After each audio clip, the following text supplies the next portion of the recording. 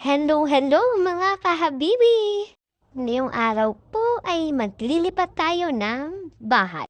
Sinimulan ko na palang ayusin ang aking mga gamit nakarang araw pa para sa pagdating ng mag-akot ay ready na ang lahat. Sobrang dami kong gamit, hindi ko alam bakit dumami na naman ang aking gamit. Hindi naman ako namimili ng mga hindi kailangan pero dumarami siya. Yung iba kasi ay bigay na lang ng aking mga kaibigan at hindi ko tinatapon gawa ng sayang. Kaya iniipon ko na lang. At pag nagkapera ay ipapadala ko yan sa Pilipinas. Bumili nga ako ng party box na malalaki para doon ko ilalagay ang aking mga damit. Tatlo yan.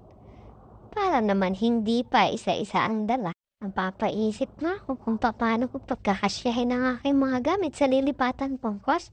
Pero bahala na lang si Batman. Sayang nga itong aking frame at aking mattress at feeling ko hindi ko na madadala. Kabago-bago. Nilagay ko nga sa plastic ang aking kumot. Ito talaga ang aking paboritong kumot. Kaya hindi pwedeng maiwan. Kung alam ba't ako nagtatambak ng gamit, hindi naman ako taga dito sa Qatar. Hindi ako dito nakatira. Everything? Yes. Everything? No, not the chair, no. Chain all Only this. All. And this. So you also want bed, eh? You can take, no problem. You just something extra more. Huh? This one also? Take this Red, one. like red? Yes. But I will ride the Uber. I will bring this. No problem. You can put inside the. You can excel over. Yeah, outside and the mirror. And the some because we be carbon. No, not carbon. Mirror we can available take. Mirror we can put mattress, put up. But TV you can take. Yes. Also no problem. Mirror we can take. The regular. This one what? Bread. Hmm? You eat this one. I put the. And this one just because I remove all the things inside there. You can drink.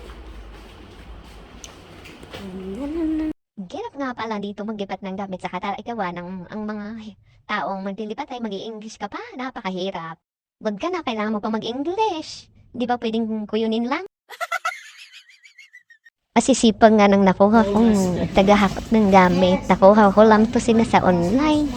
Pinagpilian ko kung sino yung mas mura. Alam mo naman ako, sorry po. Ay hindi, joke lang. Nagtitipid lamang dahil tayo ay maliit lang sahod at kailangan magtipid dito sa ibang bansa para may maipon. Hindi natin hawak ang ating buhay, hindi natin alam kung hanggang kailan tayo sa abroad. Baka bigla tayo mapauwi at kahit paano may pera. Diba mga kababayan? Yung malinis na aking aalis ang bahay. O ito ang truck na paglalagyan ng ating mga gamit. Brother, drink this and have water there, brother. Pasensya na kayo sa English ko at ako'y kuyunin. Tingnan nyo, lininisan ko muna ako kasi yung tao na gusto ko pagmunis sa isang bahay ay malinis dahil dinagdan kong malinis. TV, put first there. Because I will drink in also the mattress.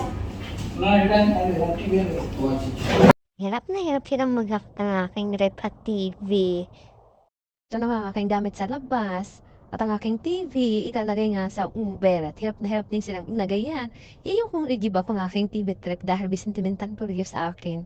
Una nga kami sa bahay, naninipitan ko pasto lang itong maliit. Hirap na hirap ako kung paano ko ipagkakasya ng aking mga gamit. Pero ito na nga, tapos na. Okay na, nailagay ko ng maayos. Tapos ko ayusin ang aking kwarto at ako ay naglaba. Sinamantala ko lang maglaba dahil naka-automatic washing machine kami. Ang aking small room at napagkasya ko ang aking mga gamit. Palit na rin ako ng punda ng aking unan. At magpapahinga na ako. Salamat sa pagsama sa paglipat sa bahay. Yay! Good night, Habibti!